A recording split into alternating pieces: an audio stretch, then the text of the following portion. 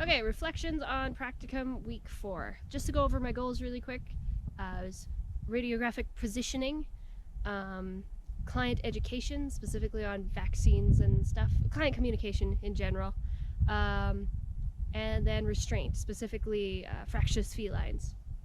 So day 1, once again, day began with surgery, quite a shocker. When I first came in, I actually received news that one of the techs wasn't going to be able to come in because she was ill.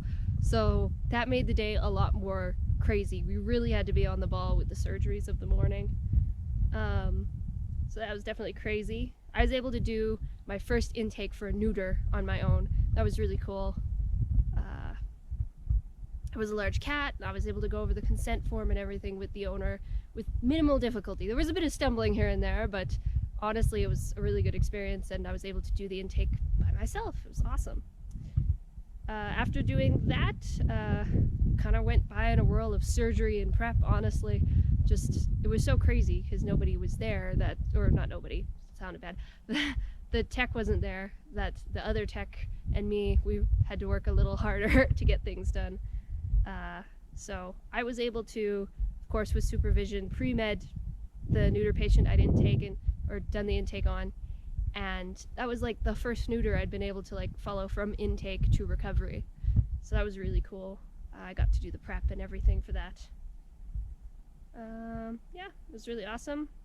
After lunch, we had a lot of catch up to do with the appointments. And frankly, I look back on that day and it was just a blur of like, go, go, go, doing different things, helping restrain different patients, and just working really hard. And also doing more diagnostics. And that day I got to do more charting as well. They taught me that to begin with, just to make it easier that day. Day 2. So day 2, the tech that was ill was back, which was really great because it was a really busy day. It's kind of a strange day because we had several feline neuters and only a couple of feline spays.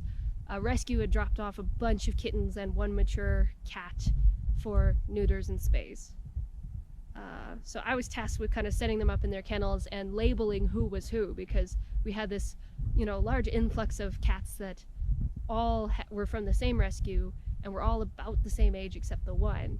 And it was very easy to get them mixed up, so I was very aggressive about the labeling for who was who. And then we just kind of got to work on things.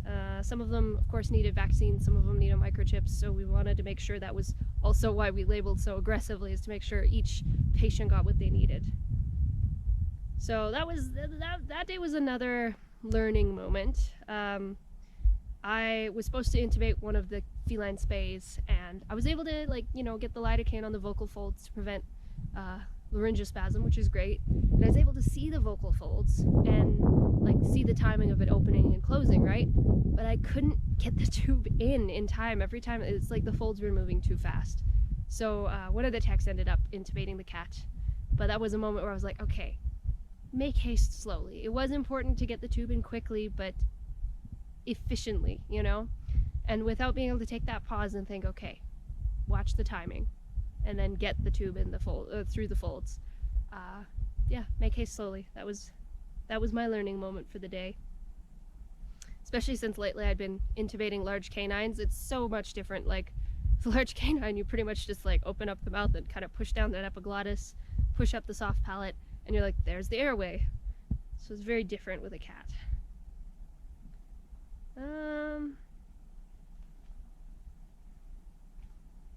Yeah. After that, I was able to assist with pre-medding all of the neuters. That was really cool. We had a lot of neuters to do, so we were kind of tag teaming it. We, pre-medded them all and then just got to work prepping all of them and monitoring them. And then the vet came through and just neutered them all really quick, and we did a really good recovery. And it was quite efficient, actually, which was really great. Unfortunately, on my last neuter, I was prepping it. I just got a little too overzealous with the clippers. And I sort of gave him a little bit of a baboon bum shave. It was quite unfortunate. So that was a bit awkward. After the crazy spay-neuter morning, we just settled into appointments. This day there was a euthanasia that came in, and I was tasked with drawing up the euthanol, of course, under supervision, and then putting it in the drug book, the drug log book. And I really think that was an important part because often you don't always remember these important paperwork things, the medical record things. They're quite essential. So it was really good to be able to put that in the drug log book and all that. Kind of just working again on medical records and working with the clinic software on how to log those things as well. And day 3. This day was not quite the typical surgery morning. So we did have our typical surgeries, and they were pretty uneventful as far as those go. We do spays, we do neuters, whatever. But then we had a patient come in that had actually been in earlier in the week. This was a husky cross that had a growth in its ear, like a mass. And so we took a biopsy and we sent it off to see what it was. And it came back as a mast cell tumor. So, of course, we booked him in for a surgery to get rid of that mast cell tumor. But that tumor is on the ear, like right on the external ear pinna. And it wasn't like on the tip, it was kind of mid-pinna.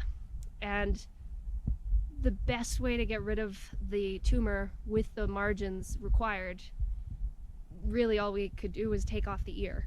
So for the prep, we of course induce and intubate and all that, and then there was just a lot of shaving of very fluffy fur and clipping that ear really well, getting it ready for surgery, and then we removed the ear. Well, the vet removed the ear, we monitored.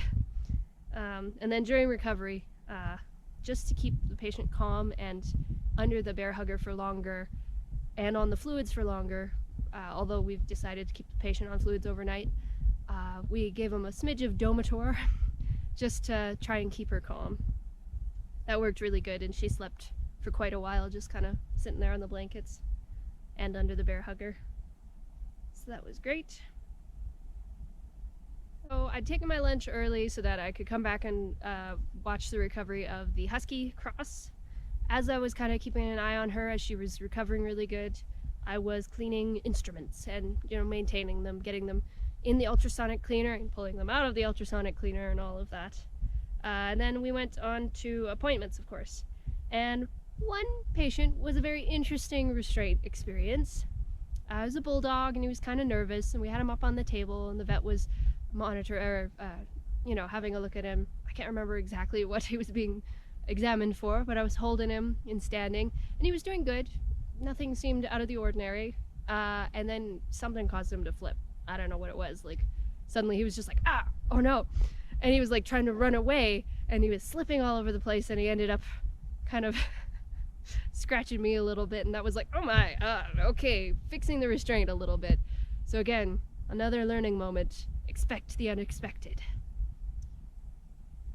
So that was an interesting moment. Thankfully there was no injuries hardly, so that was all good. And then later, one of the spay cats that we'd done earlier just seemed a little more lethargic than we would expect at this point in recovery. So of course we took a temperature, and she was a bit cold. So of course we put her in kind of a kennel with the bear hugger over on her kind of thing, and we gave her warmed sub-Q fluids. That brought her temperature up really good, and she was recovered enough for her to go back to the rescue, no problem later. Or not the rescue, sorry. Just back home later, which is great. Then of course the owner was given instructions to make sure she was kept extra warm.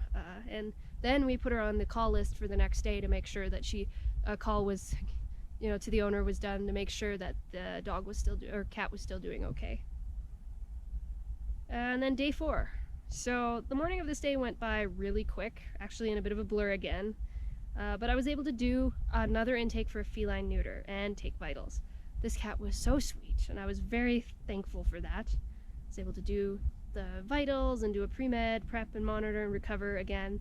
And it's so nice to be able to follow that process all the way through, because sometimes, the techs are like, actually let me do that for a minute and you go do this. But on this day, I was able to go through the whole process again, which was very nice. And it's kind of I was also more on the prep side of things for that morning, except for the neuter, which was really nice because it's kind of a nice thing to get a break from anesthesia, because it kind of stresses me out sometimes, because you're watching that patient, you got to make sure it's doing well. And then after morning appointments, I was kind of set up front to do more assisting with reception. It was really cool actually, because I was not sure how assisting with reception was going to be, because it's been a while since I've done VMR and I'm not sure, just wasn't sure how it would go. And it was like all these skills that had laid dormant just burst forth again, and I was able to do the calls and book appointments and, you know, do recheck calls and that kind of thing, and relay messages for the vet or from the vet to owners, that kind of thing. It was just really cool to be able to have that. And then partway through my reception time there, I was needed back in the back again. So I was able to do heart rates on these puppies. These puppies had been there at the beginning of, actually like day 1 of practicum. They'd come in for just puppy vaccines, and the one puppy had a heart murmur, and it still had the heart murmur, but it was like getting better, which was really cool to hear. So that was fun. And then after that, I was able to assist with another appointment with a dog. And this dog was from Mexico. The owner had rescued it from Mexico. And it was just in for vaccines, but the owner had forgotten the vaccine booklet that it came with. So while he ran, because he lived in town, he ran to go get it. We just did a quick, the quick exam on the dog while we were waiting for him. And I think also the dog needed a nail trim, so we did that as well. So the vet's like listening to the heart, and at first she was like, hold up, like stop, because we were kind of working on the nail trim. And she was like, stop, because she thought the dog was growling at first. But then she realized she was hearing a grade 5 heart murmur. This, like, I can't even begin to express what that sounds like. It's so strange, like it's a very whooshy sound. And what's crazy is you didn't even really need a stethoscope to figure that out. Like you held by her chest at where her heart was, and you could feel it just swishing under your fingers. It's a very strange thing, and really sad, because you're like, oh my, that's not an excellent thing for a dog to have. So when the owner got back, the vet and him had a conversation about that heart murmur, and the patient, I think, was vaccinated, and then the appointment was over. But without input from a cardiologist, there's no way we would do like a spay on that dog, because she would be a risk for anesthesia.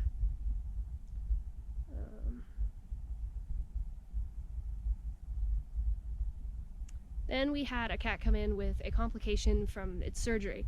So it had come in previously for a foreign body removal. Surgery went well, it recovered good, and we sent him home. And it was a really good cat. This time he comes in and he was painful, and there was something going on around his incision site. He had these kind of wounds going on. It was very strange, because like the owner of the cat said the other cat was bugging him, but it didn't look like wounds that were caused by a cat. So we think it was some kind of complication from surgery or from recovery during surgery. This poor cat was very painful, unfortunately, and he was really sweet when he was in before, but this time he was not sweet at all, and we did have to restrain him pretty good to have a look at the wounds and kind of clean it up a little better and fix things up.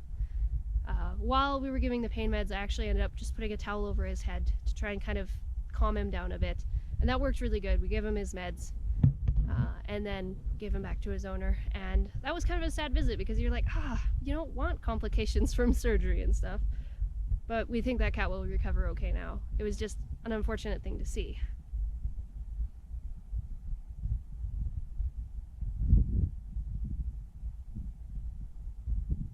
And then after that, I was able to help with the discharge of the dog that had come in for an ear amputation, well, a removal of the ear. So of course this dog, she's kind of a husky, right? And she wasn't used to going outside on a leash to pee, right? So taking her cone off, that helped a bit, but she just wouldn't go for us. So when the owner came, we were like, okay, go take her without her cone, see if she'll pee for us. She went and peed, so that was great, but then I had to show the owner how to put the cone on after taking him outside, or her outside. This was really great. I liked being able to show the owner how to put the cone on and everything, and I don't know, it was just a fun experience, and it was cool to be able to say, your dog was really good for us, because that dog was pretty much an angel, which is quite surprising. And then day 5.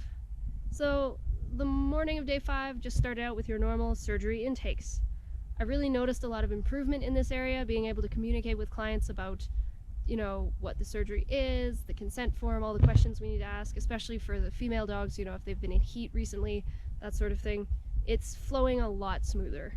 On this day, I was able to intake a husky for a spay, and during the intake, the husky was being your typical husky, quite vocal and a little bit busy and all of that. And we were like, okay, she's just gonna be a husky, so we're prepared for that. I set her up in her kennel and she's good, and I'm like, oh, that's nice.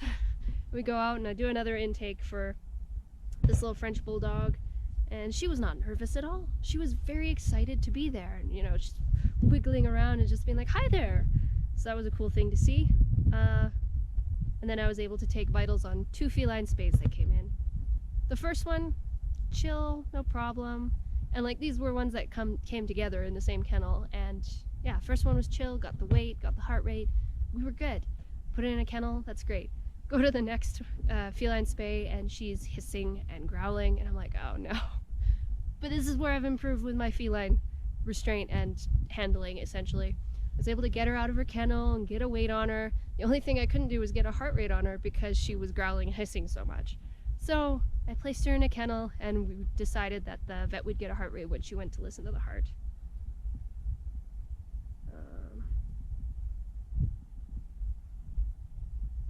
Then I was able to move on and calculate drugs, just for all of the spays and neuters and whatnot we had in that day. That was cool, of course, that's supervised. And then I was able to draw up drugs and do some pre-medding, and again, supervised, but it's really awesome to be able to get that experience in. And I feel like I'm improving with my efficiency with just anesthesia in general and prep. So when we're doing the spay, you know, prep for the spay, it's just getting a lot easier and faster. And I'm not as slow with it as I once was. While I was monitoring a cat spay, the other cat spay was being prepped. Then I recovered the first cat spay and then went in and monitored the second cat spay. And then that second cat spay actually recovered really quickly. So then I was able to induce and prep the husky, which was awesome. And I was really surprised with this husky because I thought she was going to be a typical husky, making a lot of racket and having a lot of drama about the IV catheter. But she just kind of sat there. So I placed the IV catheter, she was induced, and it went really good. But then we went into the surgery suite. And while she was under anesthesia in the surgical suite, like, everything was good. All her parameters were great, except for her resps. I could not get those resps to be higher than like 6 verging on 4. Now, textbook says anything below 8 is a concern. You should really be paying attention. Like, it should be higher than that. But all her other parameters were good, and like, we turned down her ISO, that didn't seem to help. Like, she was just a weird dog for surgery. Our best guess is that she was just super fit, and 4 breaths and 6 breaths or whatever is all she needed. Near the end of the surgery, when we were closing up, finally she was getting closer to that 8 resps per minute, and I was starting to breathe better myself. So she recovered really well, and there was no worry with her. She just wasn't textbook.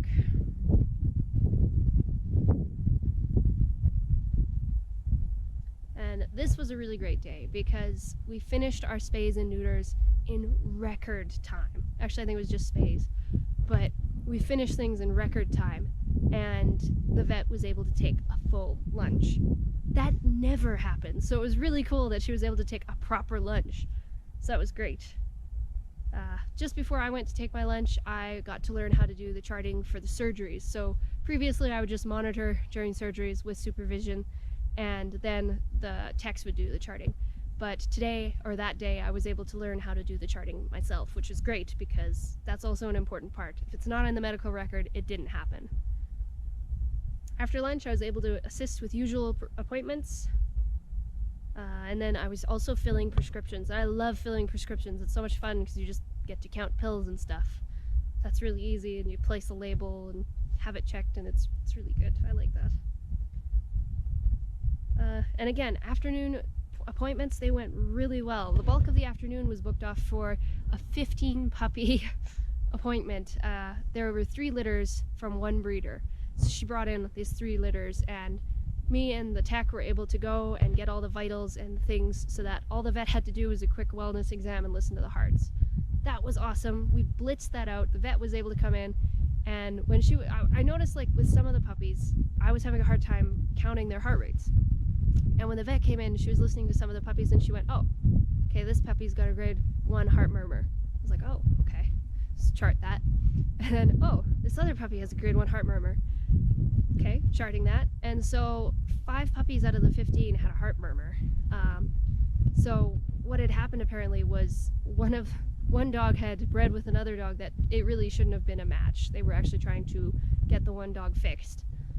And so these puppies may not have had the best genes going on there. So there was a discussion around that. But of course, it was a good discussion, and it looks like they were also dewormed really recently. And that, I guess, can have an effect. Didn't know that, but apparently could have an effect on their heart as well. So we're hoping that next time those puppies come in, the heart murmurs will be less or gone. And yeah, once again, the schedule promised to be really hectic and crazy, but it surprised us, and it ended up being really chill. So chill, in fact, that the vet was able to leave on time. Usually the vet is there longer than I am. Like, I leave at 5 p.m. This time the vet was able to leave at 4:30 because the appointments were done, all the callbacks were done, everything was done. We're sticking around, me and the tech, and we're cleaning up, and the VTA is cleaning up, the receptionist is doing receptionist things, also cleaning up. And then we got a call about a dog with a ripped toenail. But we didn't have to call the vet in for that because it was a ripped toenail. We were able to clean it up, no problem, and just send the owner home much relieved. And that was a really cool way to end the day, just because we were able to fix this dog without having to call the vet back in and kind of mess over her evening plans. So that was reflections from week 4.